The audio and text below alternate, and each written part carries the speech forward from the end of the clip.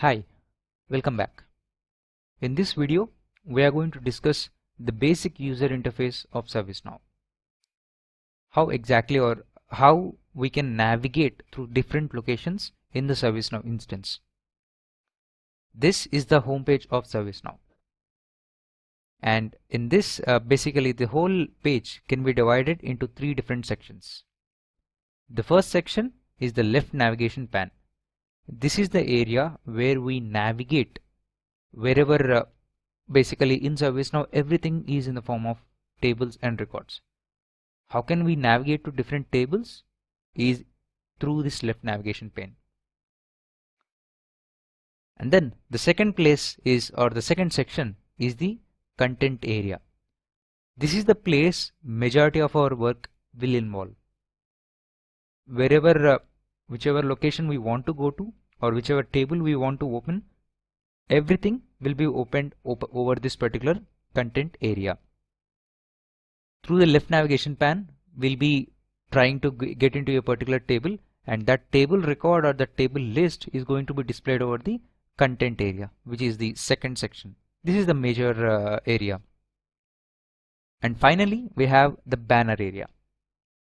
In this banner area, we have the branding of the particular organization, and on the right side, we can see certain controls for the current user. We are going to discuss everything in detail.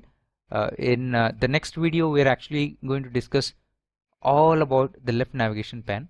In this video, we are going to discuss the remaining parts.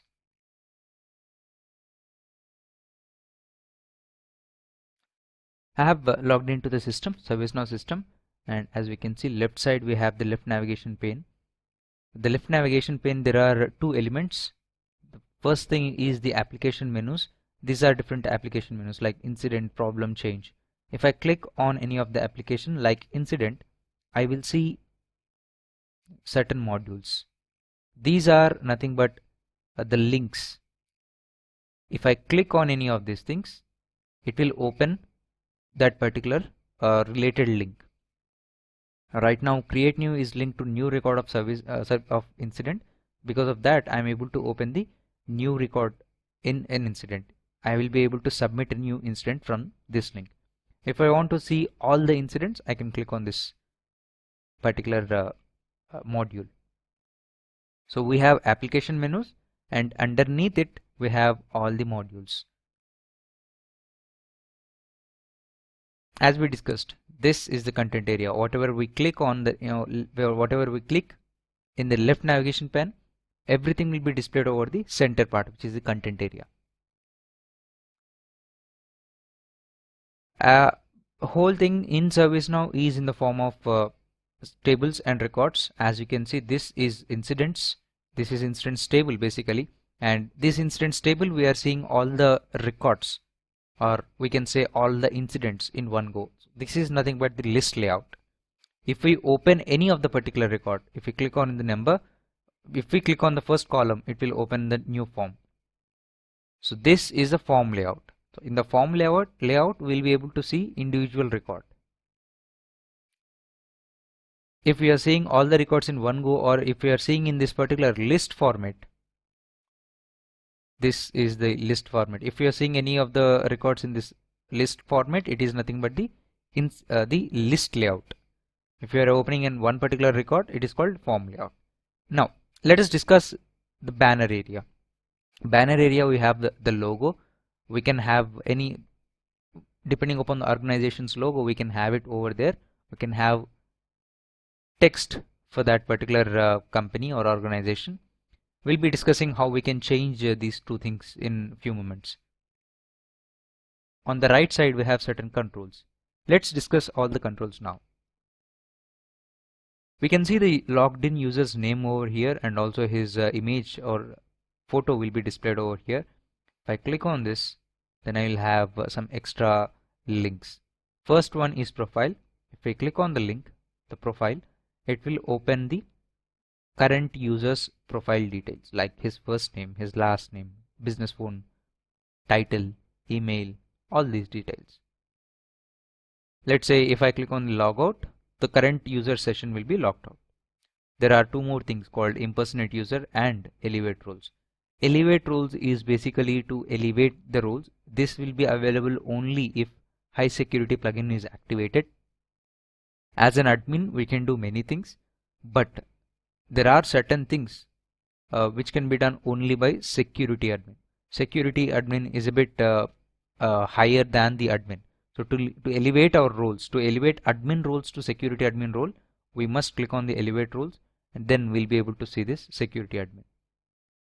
We need to click on this and then OK.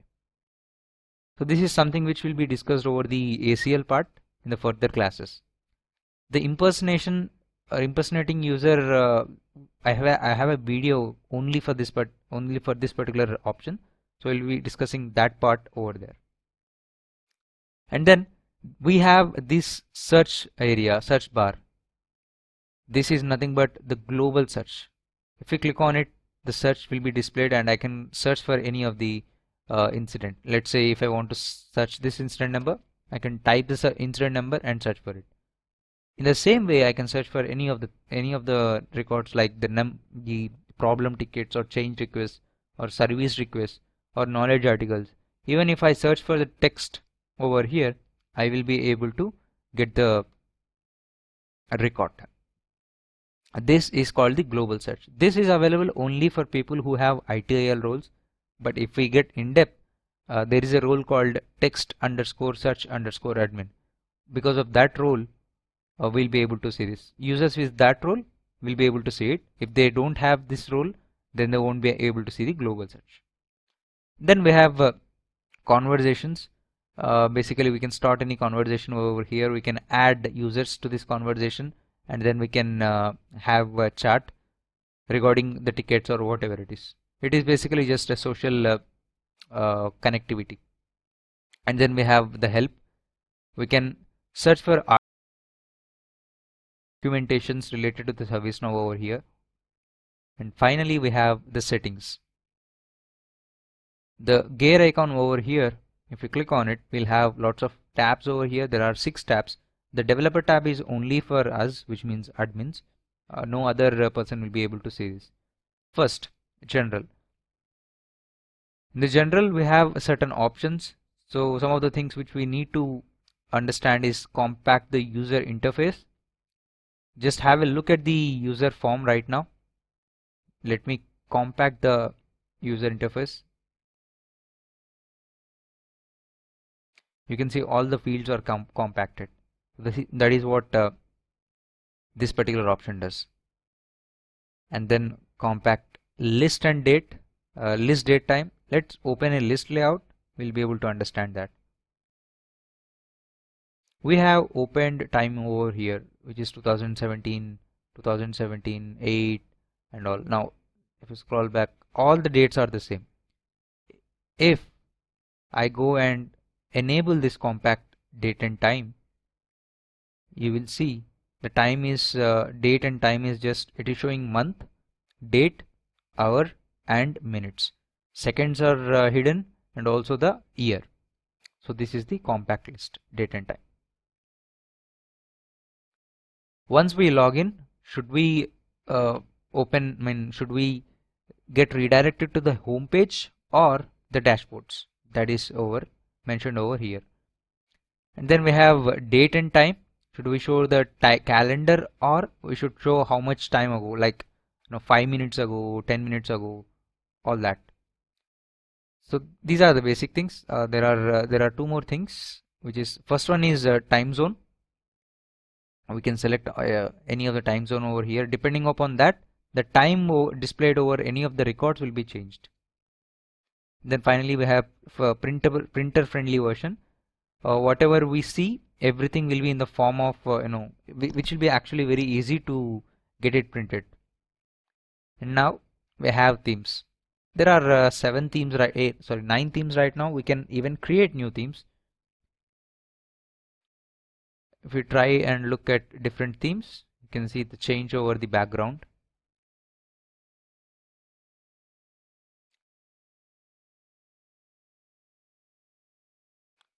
And now we have lists. Just have a look at the particular JavaScript error on hiring page of corporate website. Just have a look at this particular incident. It is incident number 40. I'm unchecking this. If we see, it is wrapped.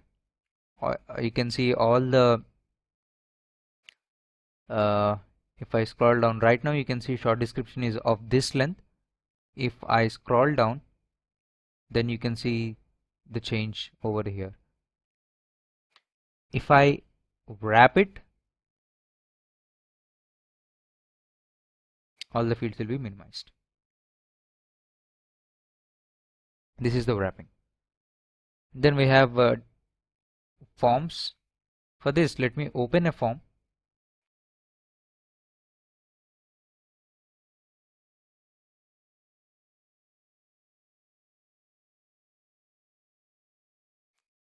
This is the form layout as we discussed earlier. If we say tab forms, what happens is we can see these three sections over here: notes, related records, and closer information. Those are different tabs, or we should actually call it as sections. And at the bottom we have something called related lists. There are 5 related lists right now. All these are all in the form of tabbed way. If I uncheck this, now all the sections, related records is a section, closer information is also a section, and again on the top we can have we have the notes section. So all these sections, I can minimize this, okay, all these sections are shown one after the other. If I am enabling the tabbed forms, then I'll be able to see all the tabs by the right side. Even the related list, it's the same. That is the tabbed forms. Now we just talked about related lists, which is at the bottom. When should those related lists be loaded? Whenever the form is loaded, or after form loads, or on demand. So if I check on demand and if I open any record, the related list will not be loaded. I have to click on a button. So that is what this on demand does. Okay, so that's it. These are the basic things related to the lists and forms over here. Now we have one more thing called notifications. ServiceNow also has the ability to send notifications like emails and SMS. If we want to add any device like phone number device or mobile device or email, we can add it over here. And also we can manage what notifications are triggered for us. Like if I'm opening this, it is only for me, the current user. These are all different tables, and if I want, I can remove or I can inactivate certain email notifications so that I won't receive those notifications. Finally, we have a developer tab. This is purely for us, which means admins. We have applications, and then we have update sets. So update sets is a place where all the things are captured. Whatever changes we do related to the configurations, like creating business rules or modifying them or creating tables, records, table columns, all those are captured in update sets.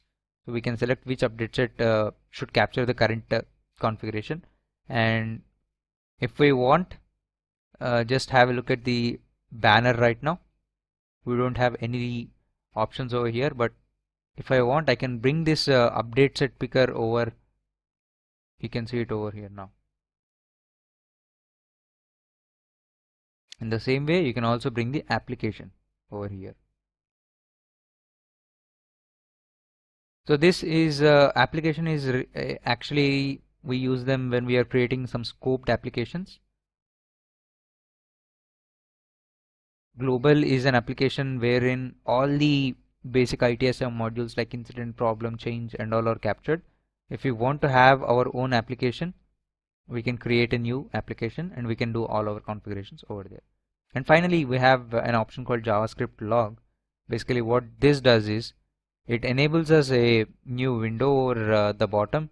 Here we can check any if there are any issues with the current page with the JavaScript log, and also we can check basically all the things related to particular fields, like are there any ACLs impacting the particular field, business rules are impacting it or not. So all these things can be captured, can be seen over this field watcher.